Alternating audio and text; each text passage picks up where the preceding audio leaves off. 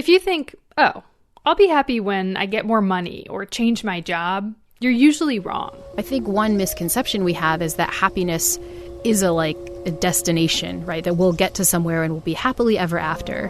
Happily ever after only works if you have 2 seconds to live. From the New England News Collaborative, this is Next. The professor behind Yale's famous class on happiness talks about the everyday habits that can make life more positive. And author and TV writer Jonny Sun says burnout forced him to reevaluate his relationship with work. I think I've sort of bought into this almost capitalistic notion of productivity where the more productive you are, the more valuable you are. Plus, the Goodwill does not want your unusable junk. A lampshade, which is stained and disgusting and literally falling apart. Dental medical tool. We'll hear about wish cycling. It's next. Next is produced at Connecticut Public Radio and is powered by the New England News Collaborative, 10 public media companies coming together to tell the story of a changing region with support from the Corporation for Public Broadcasting. I'm Morgan Springer. Thanks for joining us. Okay, how would you define happiness? Yeah, well, I think there's a million different ways to define happiness, to be totally honest. But I tend to think of happiness in the same way that social scientists do, which is this idea that happiness is about having joy in your life and having joy with your life. That's Professor Laurie Santos, host of the podcast The Happiness Lab and a psychology professor at Yale University. If we're maximizing kind of you being happy in your life, got lots of positive emotions, and you're happy with your life, you're really satisfied with your life at a meta level, then I think we can say that you're happier. Professor Santos teaches the wildly popular class at Yale called Psychology and the Good Life, which is all about happiness. She also offers a similar course online where millions of people have enrolled. I've been teaching psychology at Yale for over a decade now, but in just the last couple of years, I took on a new role where I became a head of college on campus. This is a role where I live with students on campus. I eat with them in the dining hall. I really see their life up close and personal. And to be honest, I didn't like what I was seeing. So many of the students I was interacting with were experiencing depression and anxiety, and this wasn't just something that was true of Yale. I mean, the statistics are really scary. Right now, nationally, more than 1 in 3 college students is reporting being so depressed it's difficult to function.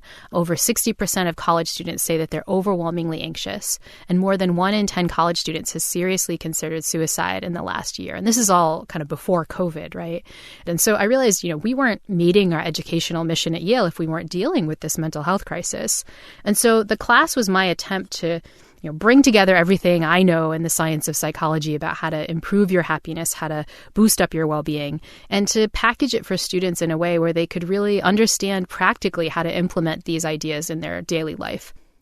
Yeah, one of the things I find so interesting is that we think we know what will make us happy, but research shows that we're very often completely wrong.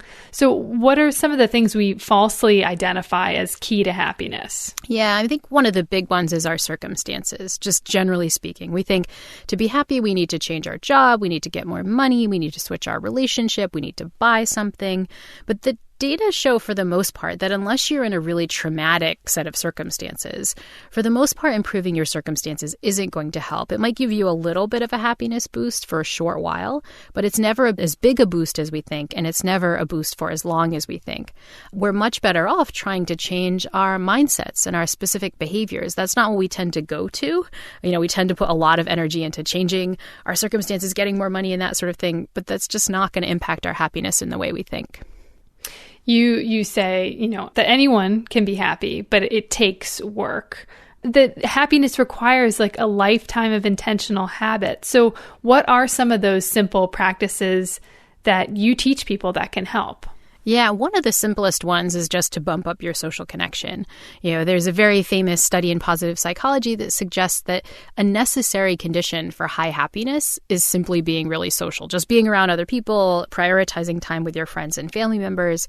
And there's even evidence that the simple act of trying to chat with a stranger can boost your positivity. Again, these aren't necessarily things that we think, but the science really shows that it's quite positive. It can really boost our happiness. That's even for for like introverts? Yeah, and that's one of my favorite parts of the study is that, especially in this sort of talking to strangers study, I get lots of emails from students and, people who listen to my podcast who say, okay, that sounds like a great happiness boosting strategy if you're an extrovert, but as an introvert, I would hate that. And the researcher who did this work, Nick Epley, looked at personality variables like introversion.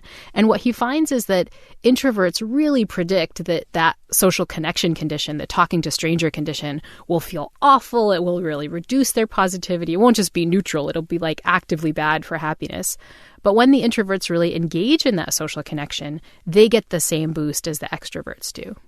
So interesting. Okay, so social connection, what are some of the other habits? Yeah, a second habit that's related to social connection is just to become a little bit more other-oriented, right? To kind of prioritize other people's happiness more than your own. And I think this is really countercultural. Right now, especially during COVID, there's a lot of talk about self-care or treat yourself, like self. But if you look at happy people aren't as focused on their own happiness. They're really focused on other people. Happy people donate more money to charity. Happy people tend to spend time volunteering to help others. They're just kind of paying attention to other people's happiness more.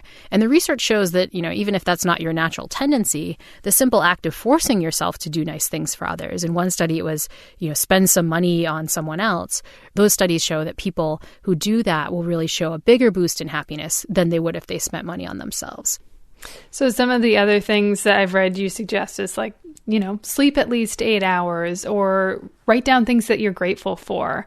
It makes sense that these things would work, but it also sounds like work. It sounds kind of tiring. So how have you personally been able to integrate some of these lessons into your life? And is it hard sometimes? Oh, it's definitely hard. It's hard all the time. I mean, I'm the professor that teaches this stuff, and it definitely doesn't come naturally to me. I've had to make some pretty substantial changes to try to build this stuff in. But, it helps to be the professor teaching this because I have to practice what I preach. If I'm, giving a lecture and my students can tell I haven't slept because I've been working on the PowerPoint, they're going to call me out on that, as soon as I'm like, hey, I'm telling you to get 8 hours of sleep. Same thing with acts of gratitude. There's so much work showing that this mindset of being more grateful can significantly boost your well-being, even in as little as 2 weeks of trying to put these sort of gratitude into practice in your own life. But again, it's kind of hard. The opportunity cost is there. It's easier to complain than it is to think about your blessings. But again, nowadays, if I try to complain to a friend over text, this often happens with my producer, Ryan, who works on my podcast. I'll be complaining about something and he'll be like, gratitude? Didn't you just have a whole episode on this? And so I have the social support to remind me that I'm supposed to be putting these things into practice. But as the research suggests, if you do that, you will see significant boosts in well-being. And I've seen, just since teaching this course, a really impressive boost in my own well-being, mostly just because I'm doing these practices more often. Yeah, when we emailed you to set this interview up, we got this automatic reply where you say, I am currently trying my own personal well-being experiment. I'm going to try to practice what I preach and reduce the amount of time I usually spend on email. So draw for us the connection to happiness there. Yeah, that is my attempt to boost what's called time affluence, the subjective sense that you have a lot of free time. We think wealth affluence builds happiness. We think if we had lots of money, we'd be happier. Not so much. But it turns out that if you're wealthy in time, you're definitely happier. Time affluence is the opposite of what many of us experience a lot, which is time famine, where we're literally starving for time. And research shows that the physiology of time famine works a lot like hunger famine, where you're like putting your body into stress by not having enough free time. Yeah, there was this Harvard study that basically found that people on their deathbed, they were not talking about the great moments in their life being the moments at work, but they were talking about their connection with loved ones or their pride in their children that they raised. I wonder if this fixation, like our false fixation on these big goals, like, if I win an award or if I make more money, I'm going to be happy. I wonder if it just seems easier in the short term than like the more almost simple common sense things we've been talking about, like kindness, gratitude, or socializing. Yeah, I think, this is another spot where our minds really lead us astray. We assume that the happiness change is going to come, if we get some big moment, right? The big award, the big accolade, getting tenure at Yale or, I don't know, like winning an Olympic medal or something. And again, it's not like those things are bad for happiness. Those moments feel good. But 2 seconds later, you've already done it, right? It's done. I think one misconception we have is that happiness is a destination, right? That we'll get to somewhere and we'll be happily ever after. But as my psychologist colleague Dan Gilbert at Harvard says, happily ever after only works if you have 2 seconds to live. You don't want to get to happily ever after because happiness just doesn't last. A better metaphor for happiness comes from another colleague, Nick Epley at the University of Chicago, where he talks about happiness as a leaky tire. You pump up your happiness tires with a little social connection and gratitude, and over time they'll kind of go down and you got to pump them back up again with something good. But it's not as though you do one pump and, your tires are good forevermore. You kind of constantly need to be putting work into it. I want to come back to the habits that help us be happier. Do these tips like socialize more, sleep more, express gratitude, be kind, be in the now, do these apply during the pandemic? Yeah, I think even more so. I think one of the big hits on our mental health during the pandemic has been a lack of social connection, right? Imagine a virus that at the time we most need to be with other people, we're scared and we're uncertain. That's the time that the virus says, nope, for your physical health, you gotta socially distance and isolate and so on. I think that's one of the reasons people are having such a hit is our even routine social connections, like chatting with the barista at the coffee shop. We're kind of not getting those naturally as much anymore. And one of the things I tell my students is this is a time when we need to be really intentional about getting social connection and, make that Zoom happy hour with friends or, call your mom or do that socially distanced walk with a colleague if you're able to do that, right? Just find ways to get social connection in because we're missing it so much. You told The Atlantic that people should not waste this time period right now when we're in transition and more people are getting vaccinated and returning to pre-pandemic activities. What should we be doing right now to set ourselves up for more happiness when the pandemic is over? Yeah, well, I think, one of the things we should be doing is just being really intentional about kind of coming out of this pandemic moment. There's probably not going to be a moment where, somebody clacks the director's, thing that's okay, pandemic over, the time, we're back to normal, right? But we'll all go through our own moments where we start going back to normal life. Once you're vaccinated and your friends are vaccinated, there's a real question about how much of the old life you want to build back. And so I think this is a moment where we need to be really intentional about the stuff that we've liked and the stuff that we want to keep. And one of the reasons that that's so important right now is that there's lots of evidence for what's called the fresh start effect, which is the fact that we're more motivated to start new positive habits at natural temporal breaks. So if you switch jobs or if you move or if you have a big birthday, you turn 30 or 40 or something, those are moments when you're ready to start that new self-improvement project and you're more motivated to do it. This ending of COVID is kind of a natural temporal break for all of society at once. And I really think it's a moment that we could have a collective fresh start effect where we could all be building in healthier habits as individuals in our organizations and our families. And so it's important not to mess that up, to think really critically about what you yourself have noticed improved your well-being during this time and what you want to keep from COVID life and what you want to go back to from kind of pre-COVID life. Laurie Santos is a psychology professor at Yale University and the host of the podcast, The Happiness Lab. Professor Santos, thank you so much for coming on Next. Thank you so much for having me. No one is experiencing the COVID-19 pandemic in exactly the same way, but we do share many common fears and anxieties, even when we're asleep. Dream experts say the evolution of COVID dreams tells us a lot about our waking life, too. New England Public Media's Karen Brown reports. So who's been having recurring dreams this past year? Okay, I'll start.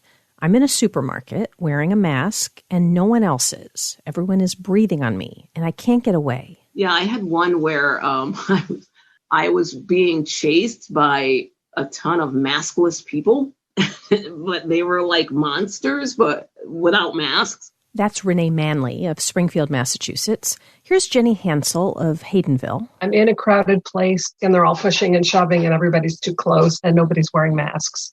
Those I've seen all along. Deirdre Barrett is a psychologist at Harvard University who studies dreams. And what's evolved is that it's more and more the dreamer is the one that suddenly realizes they don't have their mask. And it's embarrassment or shame or worry about what people are going to think of this. They've sort of merged in with the common dream theme of being naked in public. Since the pandemic started, Barrett has collected about 15,000 dreams from around the world.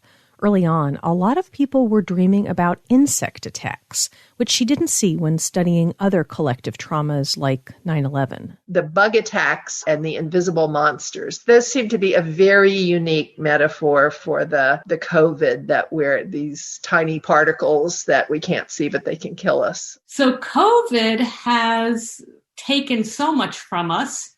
It's also given us a collective experience. Sivia Gover of Northampton is a dream work professional. She helps people interpret their dreams. Her business picked up dramatically early in the pandemic. Mostly, she thinks, because more people were working from home and sleeping longer. They were being able to wake up with their natural rhythms so that they were getting to enjoy the long REM dream cycle in the mornings where the most vivid and memorable dreams take place. My dreams are very vivid now. They didn't used to be, but they are now. Renee Manley, a disabled vet, first got COVID a year ago and is still suffering. At first, her dreams revolved around her symptoms. Where I would be jolted awake in the middle of the night, almost like a fight or flight response. Like I would think that I couldn't breathe, but I could. Now Manley's having those dreams about masks. Gover thinks those are not just about fear of catching COVID, but also a sign that society is getting used to a new life prop, like a new technology. Gover's clients are also reporting a lot of Zoom dreams. Whereas it used to be, that classic dream, I'm trying to dial the phone and I can't get through. Now people are having dreams that they're on a Zoom call and, there are technical mishaps. And recently, psychologist Deirdre Barrett has noticed a lot of back-to-work anxiety dreams. It could be something kind of metaphoric. In one dream, the office had put down this filthy, wet carpet and instigated a rule where people had to take off their shoes and socks at the door. Many people report their dreams changing with the stages of the pandemic. Jenny Hansel, a nonprofit director and artist, has asthma. And early on, she was terrified of breathing problems. Knowing that was kind of how COVID manifested, I think my anxiety dreams kicked in right away every time I had the tiniest cough or whatever. But now she feels like the end of the pandemic is in sight. And apparently so does her subconscious. I was sitting in a chair and there was a big glass in front of me that looked like a big messy glass of chocolate syrup. And that was the vaccine. And they were about to put it into my arm. And it seemed weird, but I knew it was fine and I didn't care. I just think I was crying hysterically in the dream because I was finally getting the vaccine. Barrett says dreams can also shed light on social trends and inequities. In her dream research, she found significant gender differences. Women have more anxiety dreams about homeschooling than men. Women also report having twice as many sad or angry dreams than before COVID. And men's were just the same, indistinguishable from pre-pandemic times. They did not have sadder or angrier dreams. Which suggests to Barrett that women, who tend to hold more frontline jobs and home duties, are bearing the brunt of the pandemic. But whatever the dreams really mean, that may be less important than the act of sharing them. In normal times, listening to another person's dream can feel tedious. But during the pandemic, Barrett says, it offers real comfort and connection. It seems like these kind of metaphoric scenarios and vivid images that our dreams come up with, they just cut to the kind of deepest emotional part of what we're feeling. In other words, to learn you're not the only one dreaming of bugs crawling all over your skin, well, that's a true bond. For the New England News Collaborative, I'm Karen Brown.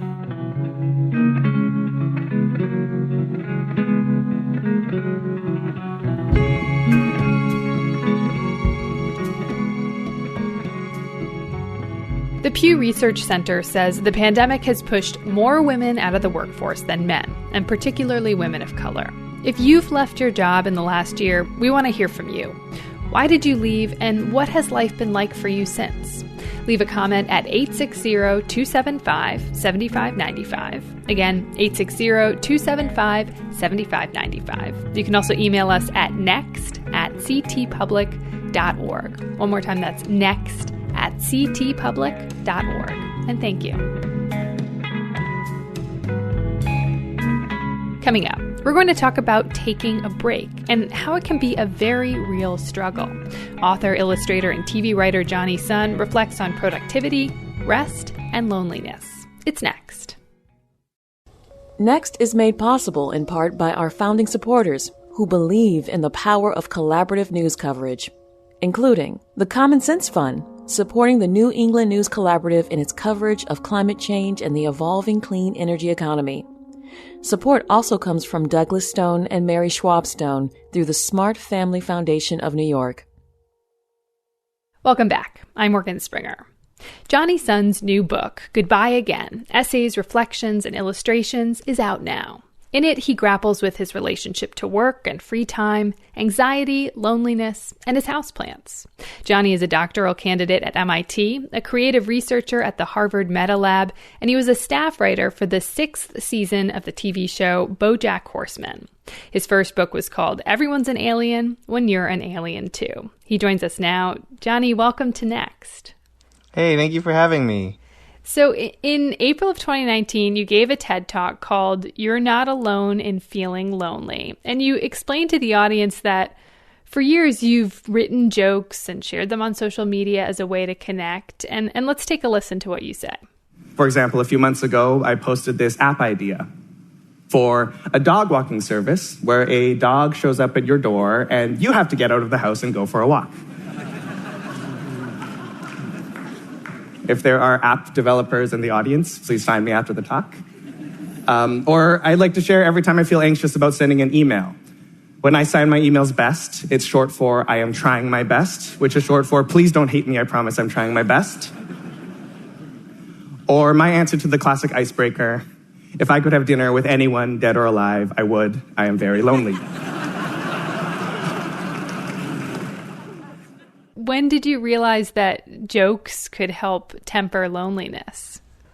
At a very young age, I feel like I was always the kid who was kind of making wisecracks. Not like the class clown, but I think I always had like a few friends sitting around me that I could say something and make like a couple of my friends around me laugh. And I've always found humor as a really great way to make connection. For me, it's always been this thing that I could summon or work on or use to reach out to somebody else. And I find if I can make someone laugh, or if like we can laugh together at something, suddenly I've made a friend, or suddenly I've made a connection with someone that I hadn't before. And it sounds like it came naturally to you.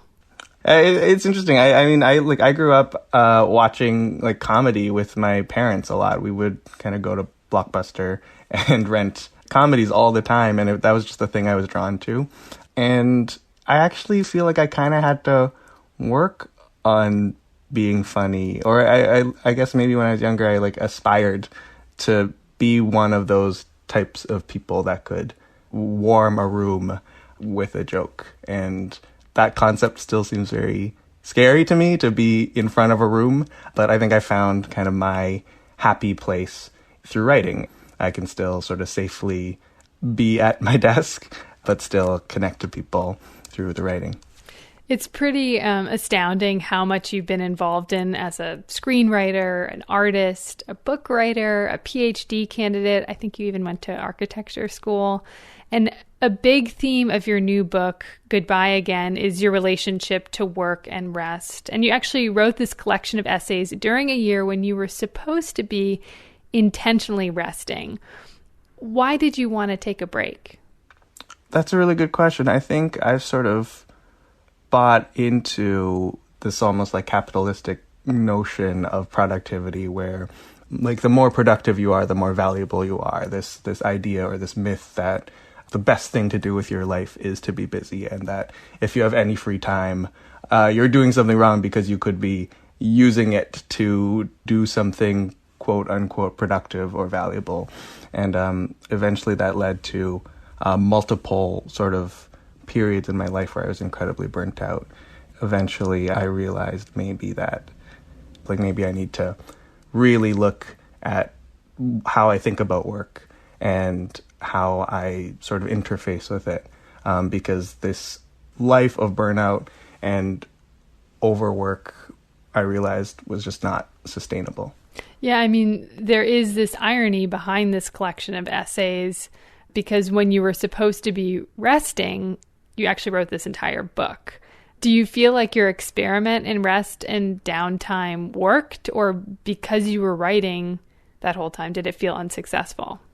I think a little bit of both. And I'm happy you're talking about the irony, because I think that is like one of the central ideas that I was trying to write about, this feeling of contradiction. And I wanted the book not to feel like a set of answers that somebody had figured out, but really a set of questions and a set of provocations that I don't necessarily know if I had the answer to, but it was kind of difficult. One of the many things you've done is work as a staff writer for the Netflix TV show BoJack Horseman. It's an animated comedy series about a horse who was a big TV star in the 80s and 90s, but is now kind of washed up. And you worked on the 6th and final season.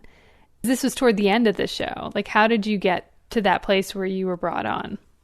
So my first book came out in 2017, and through that, there was a manager in LA who really liked the book and wanted to represent me. And also through that book, the creator of BoJack Horseman had read that book and really liked it.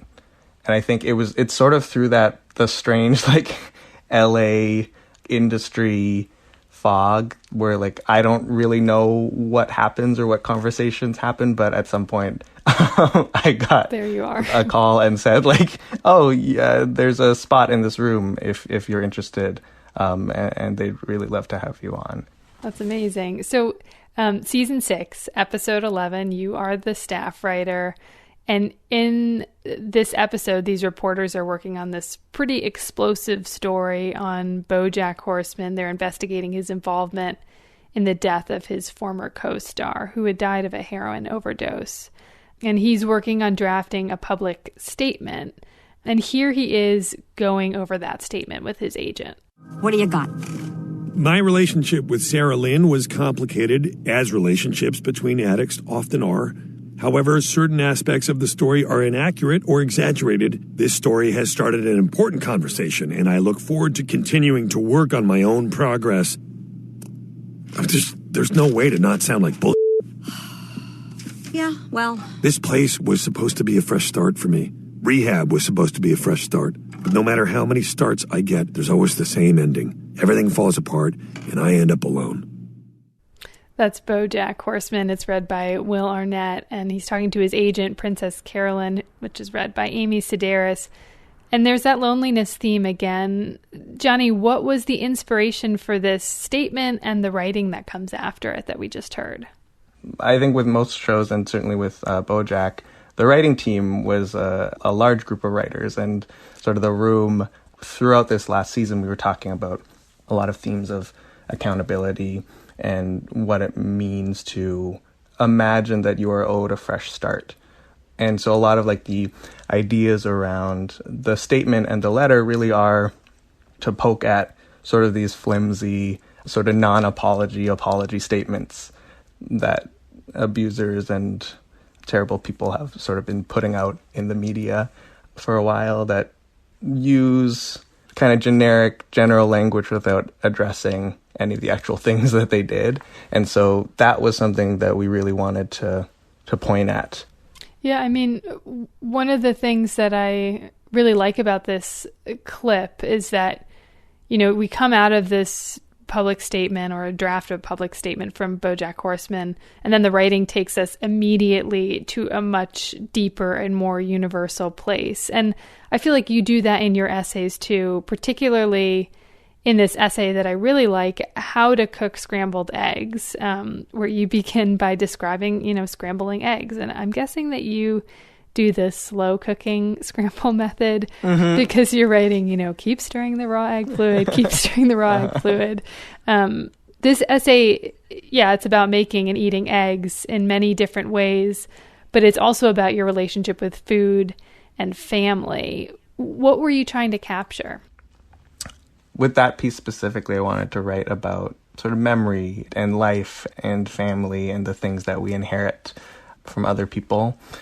I think I tend to, especially when the ideas sort of feel really big and almost like impossibly lofty, I tend to try to go the other way and say like, oh, what is like a really funny or fun sort of very tiny, minuscule thing that I can focus on that will sort of turn into these bigger ideas. That was the idea of the eggs, and throughout that essay, it's really a bunch of different recipes about different egg dishes that I remember throughout my life, and how I wanted to focus on that as a way to relate to the food of my childhood and the food that my parents made, and then sort of like the food that I discovered growing up and coming of age, and how those things relate to each other. Yeah, I mean, you talk about the things that you inherit, like maybe unintentionally. What are some of these small things that you feel like you have unintentionally inherited? I mean, in the egg essay specifically, I think one of the questions I set up earlier was that as an adult, whenever I soft boil an egg, I crack the shell of the egg with like the back of a spoon, and I crack it all the way around, and then I peel it. And I learned as an adult that is not how everybody cracks their soft or hard-boiled eggs. And I kind of leave that question lingering. And then at the end of the essay, I talk about my parents texting me the recipe for how to make tea eggs. And one of the sort of essential steps of making a tea egg is to boil an egg and then crack the shell of the egg all around with the back of a spoon, so that the shell sort of stays on the egg but is cracked uniformly so that the tea can get in. And so I wanted to tie the question of why I crack my eggs like that and have it answered by, oh, this is actually something that my parents did and that existed in my childhood that I had not drawn the connection to until now. And I think that's sort of a recurring theme in the book, where there's another essay where I talk about what I believed was a discovery, where I was like, oh, I'm the first person in my family to really care about plants and to really find joy in raising houseplants. And then visiting home and suddenly realizing that my parents have had plants in their home for my entire life, where it's something that I grew up around but never really noticed until suddenly it was something that I cared about too. And then I went home and I realized, oh, obviously I grew up around plants. I love that, kind of discovering that you're not as original as you think you are. Yeah, exactly. It's always a very humbling thing, and my parents are always very quick to point out that I get stuff from them. It's just very sweet. Well, Jonny, it's been so good to talk to you. Jonny Sun's new book is Goodbye Again, Essays, Reflections, and Illustrations. Thank you so much for joining us. Thank you so much, Morgan. This was such a pleasure. Coming up, as the sea level continues to rise, will the residents of Pearl Avenue in Revere, Massachusetts keep paying the cost of flood damage to stay in their community, or will they pick up and go? Plus, the risks of rising seas for seniors living on the coast. It's next.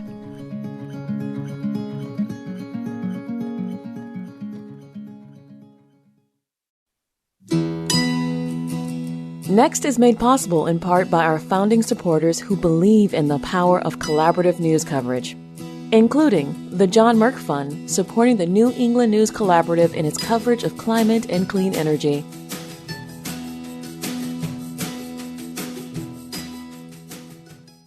Okay, we're back.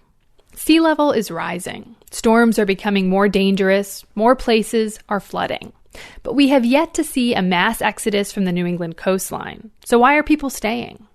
Pearl Avenue is this quiet street in Revere, Massachusetts. It's got beautiful views of the ocean and Belle Isle Marsh, and many of its residents are part of the same big extended family. They've lived there for decades and say it's a great place to raise kids. But then there's the ever more frequent flooding. WBUR's Miriam Wasser brings us a story of a neighborhood grappling with climate change. 22-year-old Samantha Woodman grew up in a small white house on Pearl Ave. I absolutely love this street. My whole family is on here, so it's really nice because we always used to just go over each other's houses at night. And it's like, this is my aunt's house right here. So it was a very nice neighborhood to grow up in. But growing up on Pearl Ave also meant that flooding was just part of life. Living near the ocean and on a street that borders a tidal marsh, Woodman says it was normal for people's lawns to disappear under several inches of water during storms or really high tides. I remember there was a storm when I was much younger. In the house across the street, that gray one right there, they had these bins in the back full of toys or whatever that we used to play with. And all of that was carried out to the marsh. Pearl Ave makes a T with the parkway that runs along the ocean. The spot where the two streets intersect is like the bottom of a bowl. The parkway slopes up on both sides, and so does Pearl Ave. Until a few months ago, the Woodmans rented a house a few lots in from the intersection. It was a part of the street that didn't usually see much flooding. But in early January 2018, the Boston area was slammed by a big nor'easter. On Pearl Ave, residents were expecting to get hit with some snow and moderate flooding. What they got was absolutely pummeled. 2018 was a time I want to forget. A time most of us want to forget. This is Sam Woodman's mom, Dawn Woodman. The heat had gone out in their home, so the family was staying with friends in another part of town. On Pearl Ave, meanwhile, as high tide approached, huge waves crusted a nearby seawall, and the water in the marsh was rising fast. My cousin Sandy was sending me the videos and the pictures, and I was like, oh my God, and I'm not even there to do anything. That evening, as temperatures dipped into the single digits, the water turned into a slushy, frozen mess. When the Woodmans came back the next day, their car, like at least 20 other cars on the street, was stuck in the ice and totaled. The family's only means of transportation was gone. It was a huge deal. You know, we're not wealthy. We scrape by. I'm a single mom, 2 kids, 2 girls. It was hard. It was heartbreaking. Insurance covered some of the cost of a new car, but Woodman had to dip deep into her savings.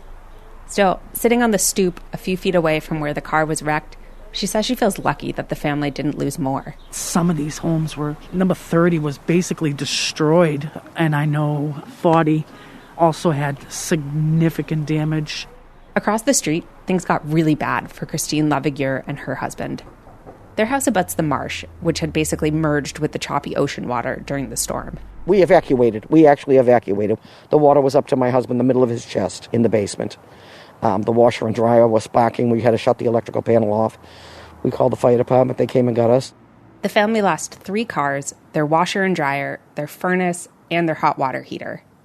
Lavigueur says that flood insurance covered some of the cost, but she had to pay for a lot of repairs out of her own pocket. It was thousands. It was definitely thousands. It wasn't like over 10,000, but down close. A few weeks later, they were hit by another big storm, and then another in March. With all the climate changes, the water seems to be getting higher and higher each year. So it's more of a challenge. When I first came here, it wasn't that bad, you know. So why does she stay? Why does anyone stay? Well, her husband grew up on this street. She knows all of her neighbors. She can hear the ocean at night. And her backyard overlooks Belle Isle Marsh. Yes, 2018 was really bad, she says. But in general, the benefits of living here outweigh the risks. Down the street, Sam Woodman's aunt, Sandra Castellarine, says she made a similar calculation. A few years ago, she acquired an empty lot from her father, who lives next door, and built a new house a few hundred feet from the ocean. It seems kind of bold to decide to build a house. I knew that question would come, and you know, I grew up here, so I knew what to expect, which is why I had planned to make sure that when I did this house, it could withstand the floods. There's a 5-foot crawl space underneath her house that's designed to flood. The 2018 storm caused some damage anyway. She got a lot of seaweed, which grew mold and needed professional cleaning. She also lost all of her Christmas decorations, lawn furniture, and anything else she had stored below the house. Castellarine says she knows there are people out there who will hear her story and say she's irresponsible, that everyone on the street is irresponsible for staying. I myself think, was it irresponsible? But it's not going to be tomorrow that none of us can live here anymore. And I guess probably because I've lived here so long. You know, I grew up here, so it's tough. Castellarine, like many other people on the street, knows that the sea levels are rising, but she says the neighborhood is worth protecting, and she wonders whether the city or state could do more to help them.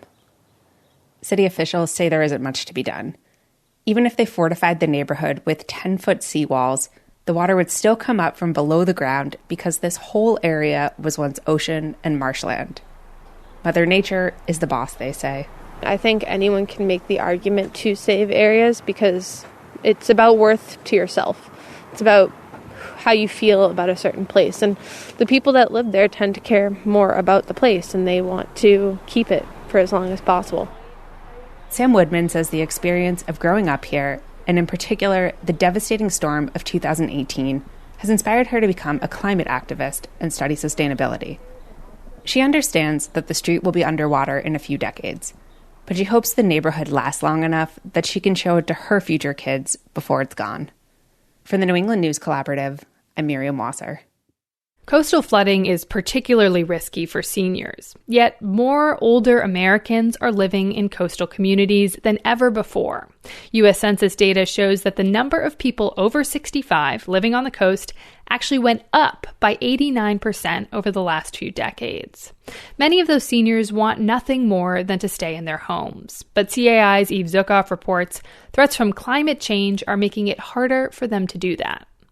So this is my great-grandfather's house that was originally built down here, one of the first. 70-year-old Nelson Orr loves his gray-shingled beachfront home in the town of Barnstable. It's been passed down through the family, but it was built in the 1920s. Lately, though, things have changed. Well, traditionally, the house would get flooded in hurricanes, big hurricanes, and the water would come up to the driveway, breach the driveway, and then go into the basement to the tune of 4 or 5 feet. But it was kind of a rare occurrence. But lately, I would say due to climate change, water levels are higher, and we could get flooded with smaller storms. Last summer, Orr moved his heating system upstairs after flooding destroyed several furnaces. And he's considering buying an apartment in the greater Boston area for easier access to doctor's appointments and as a safe haven in case of a major storm. You're vulnerable down here at any age, but as you get older, it's just harder to do the cleanup, and, you get tired. We're old. Retiring to the shore is a deeply rooted American dream. But experts say the growing population of coastal seniors is especially vulnerable to the impacts of climate change. More frequent flooding means less road access for emergency vehicles. Rising temperatures mean more heat strokes, and intensifying storms mean overburdened community care and medical systems. The bottom line is older adults and hurricane disasters and things of that sort don't mix. That's David Dosa, a geriatrician and associate professor of health services at Brown University. Anytime you expose an older adult to something like a hurricane, their risk of mortality, their risk of hospitalization, their risk of, succumbing to any one of their other medical problems goes up. Of course, the impacts of climate change affect coastal people of all ages. But Dosa says age diminishes our ability to manage the destabilizing effects of nature and disease. Our lung function, for example, goes down. Our ability to manage hot and cold goes down. Our ability to respond to crises cognitively goes down. So it's really a culmination of many little cuts that ultimately give you less functional ability to weather, the initial storm. One big problem? Power. More frequent and intense storms will likely result in more power outages. So generators are increasingly important for seniors who may be dependent on heating and cooling, or who rely on refrigerators to store their medication, and well-lit homes to prevent falls. Being on fixed incomes, most of them, they don't have the resources for the generator. They're in older homes. They're trying to keep up with their basic home maintenance. On the Cape, David Karras is an aging-in-place remodeling specialist. He says mobility is an issue. In many coastal areas around the country, raising a home on stilts can save it from floodwaters. But for seniors, adding a flight of stairs is moving in the wrong direction. It can also be deeply isolating as the climb becomes a barrier to casual trips. They have voiced concerns to me. If a road floods, if a pole comes down, if the wires are across the road, and they have a medical emergency, what are they going to do? And who's going to help them? That's a question that 89-year-old Jan Hively has asked herself. I realize I really have to watch every step I take. At the same time, I can feel my mind changing. The thoughts flood in, and my sense of focus floats out on the top of that flood. But the Harwich resident says she doesn't feel especially vulnerable. I feel as if I can adapt to anything. I also think that if I really watch out, I can live to be 100. Because my sister's 99, and I'm damn well going to stay alive as long as she's around. But the resilience and determination of seniors now and those to come will likely be tested as coastal living collides with the intensifying impacts of climate change. For the New England News Collaborative, I'm Eve Zukoff. If you're spring cleaning and thinking of the junk you want to donate, think again. The nonprofit Goodwill is asking people to be a bit more careful about what they drop off. Goodwill says in recent years, its own trash bill has exploded, a result of unsellable, broken, and non-recyclable items ending up in its donation bins. New Hampshire Public Radio's Todd Bookman has more. I'll set the scene. I'm outside the Seabrook Goodwill. It's a bright, sunny day, and they're about to open up for donations. And we hope everyone brings great things that help our programs, but we know some people make some questionable judgments about what is good to donate. And so we're talking about the literal trash we sometimes see slip through in the donation stream. This is Heather Steves, spokesperson for the Goodwill locations in Vermont, Maine, and New Hampshire. Steves is armed with trash examples, things stuffed into bags they received just the day before. A lampshade, which is stained and disgusting and literally falling apart. There's a small table missing a leg, cracked Tupperware, a used sponge. Dental medical tool. I can't believe I'm touching it either. It's really, really, truly disgusting. Goodwill does recycle lots of what it can't sell. It reuses textiles and refurbishes some broken electronics. But last year, it threw away more than 13 million pounds of waste, technically other people's garbage, across its 30 northern New England locations. All this trash adds up to more than $1 million a year in a trash bill, and it's been growing every year for the past 5 years. So what is going on here? Reagan Bissonette is with the Concord-based Northeast Resource Recovery Association, a recycling group. She says to some extent, the useless donations are part of a phenomenon called wish cycling, where people are hoping that something is recyclable and therefore they put it in with their recycling. And so I think similarly, Goodwill is probably experiencing that. We've been trained not to throw anything away, but not how to get rid of it properly. And a lot of what we buy, we don't even need in the first place. And this isn't just a Goodwill issue. They are absolutely inundated with stuff. Cindy Eisenhower is a professor in the Climate Change Institute at the University of Maine. The climate connection here is that landfills emit greenhouse gases that warm the planet. And a lot of what we keep buying and throwing away is made from fossil fuels.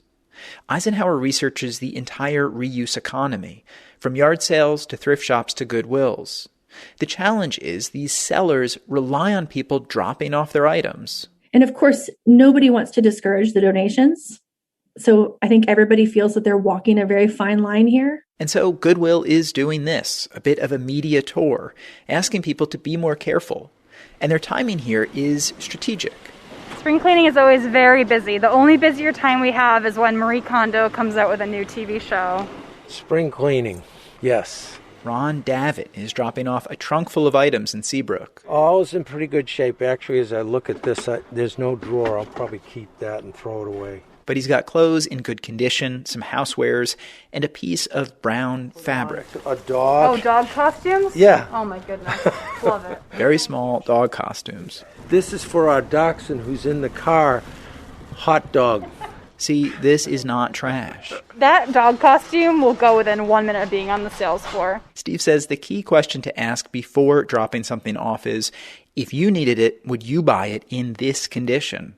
Or another way to think about it. You know, we've seen comments on our Facebook page recently that are like, if you wouldn't give it to your judgmental mother-in-law, don't donate it. And I think that's a pretty good guide stick. Your mother-in-law would love that dog costume. For the New England News Collaborative, I'm Todd Bookman. And that's our show this week. You can find us wherever you get your podcasts. Just search Next New England. Next is produced by me, Morgan Springer, and Lily Tyson. Vanessa De La Torre is our executive editor. The executive producer is Katie Tolarski. The music you hear on Next is by musicians here in New England. And if you want to know who you heard today, just visit our show page at nextnewengland.org. The New England News Collaborative is powered by the Corporation for Public Broadcasting, Connecticut Public Radio, Vermont Public Radio, New Hampshire Public Radio, Maine Public Radio, New England Public Media, CAI, WBUR, WSHU, GBH, and the Public's Radio.